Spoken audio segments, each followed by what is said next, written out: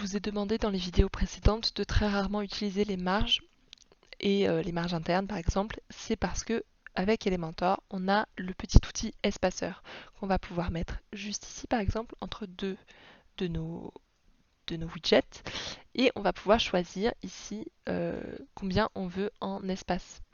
Donc clairement, on n'a plus besoin des marges.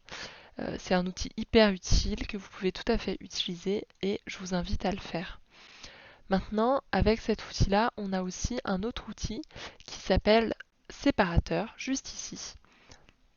On va pouvoir le mettre juste là. Et le séparateur va nous servir à créer une petite séparation qui peut être assez mignonne.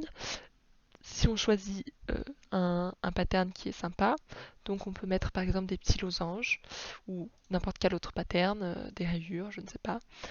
Et ça va nous permettre du coup de créer notre petite séparation. On peut aussi y rajouter un petit élément au milieu, par exemple un icône, une icône, un icône ou une icône, je ne sais pas.